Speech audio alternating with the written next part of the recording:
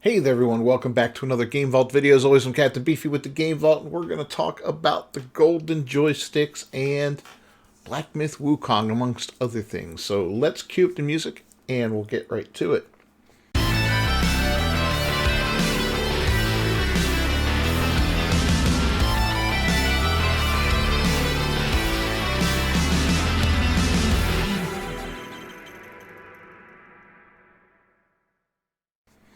Alright, so this is from Forbes, and Black Myth Wukong was named 2024's Game of the Year at the Golden Joysticks. This is kind of like they do an annual assembly of different games and different categories, kind of like the regular game awards at the end of the year and all that. This is the 42nd Golden Joystick Awards, and Black Myth Wukong took Ultimate Game of the Year for 2024 following a supercharged public vote that drew over 12 million ballots across the event's 21 categories.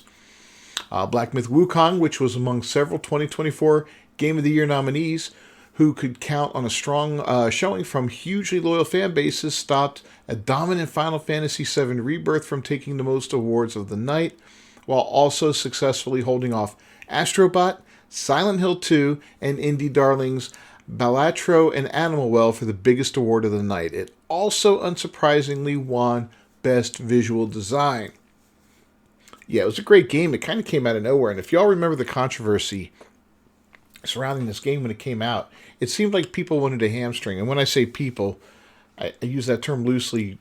Gaming journalists wanted to hamstring this game before it came out by somebody did a hit piece on it. I think it was for Kotaku, maybe it was IGN, implying that they had some stuff around the office that was deemed sexist or whatever, misogynistic, yada yada. And another, of course, online gaming journalists quoted that and ran with the story, and they really tried to hurt game science for this, but it didn't work, man. These guys blew it out of the water.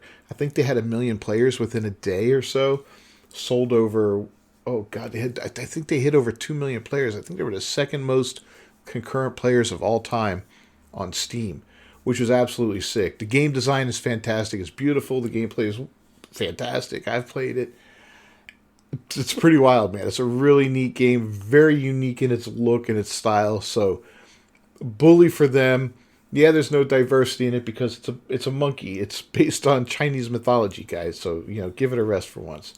Anyway, Final Fantasy VII Rebirth and Helldivers 2 led the evening with 4 awards each. Final Fantasy VII shown in the storytelling, soundtrack, and acting categories, with Brianna White, who played Aerith Gainsborough, and Cody Christian, who played Cloud Strife, securing Best Supporting Actor and Lead Performer awards, respectively.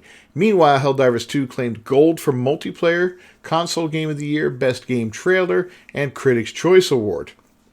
Astrobot didn't leave empty-handed. It took Best Audio Design, while creators team Asobi were named Studio of the Year.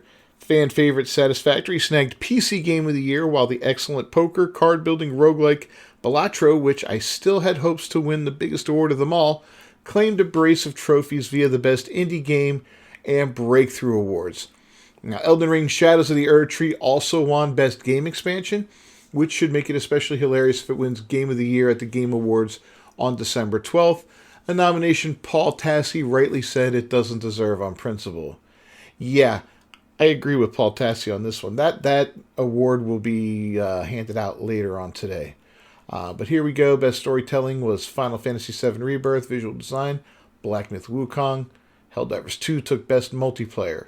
Astrobot, Best Audio. Game Expansion, this is no surprise, Elden Ring, who incidentally won Best Game 2 years ago, the original Elden Ring. Best Indie Game Self-Published, Another Crab's Treasure. Indie Game Balatro. Studio of the Year, Team Asobi. Best Soundtrack, Final Fantasy VII Rebirth. Final Fantasy always has great soundtracks. Best Game Trailer, Helldivers 2. Best Early Access Game, Lethal Company. Still playing mobile, Honkai Star Rail. Still playing consoles and PC, Minecraft. Steam Deck is the OLED is the best gaming hardware. Best game adaptation is Fallout. They did a pretty good job, I will say.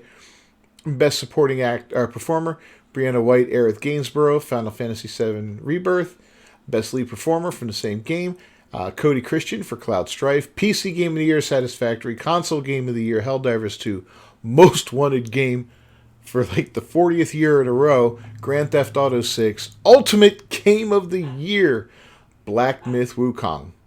And the 42nd Golden Joystick Award winners by Critics' Choice, Steamer's Choice Award, Chained Together, Breakthrough Award, Balatro, Critics' Choice Award, Helldivers 2. So, yeah, that's it, man. Tell me your thoughts on some of these picks down below in the comments. You think any of them were unjustified, or do you think they were all pretty much spot on? And what do you think about today? Do you think we're going to see some similar picks tonight or this afternoon? I forget what time it is for the Game Awards, but be interested to see how these kind of align with the ones from the Golden Joysticks. Anyway, don't forget to leave a like on the video down below, subscribe to the channel, and ring that bell for notifications. As always, we had to beef you with the Game Vault. Thanks for stopping by.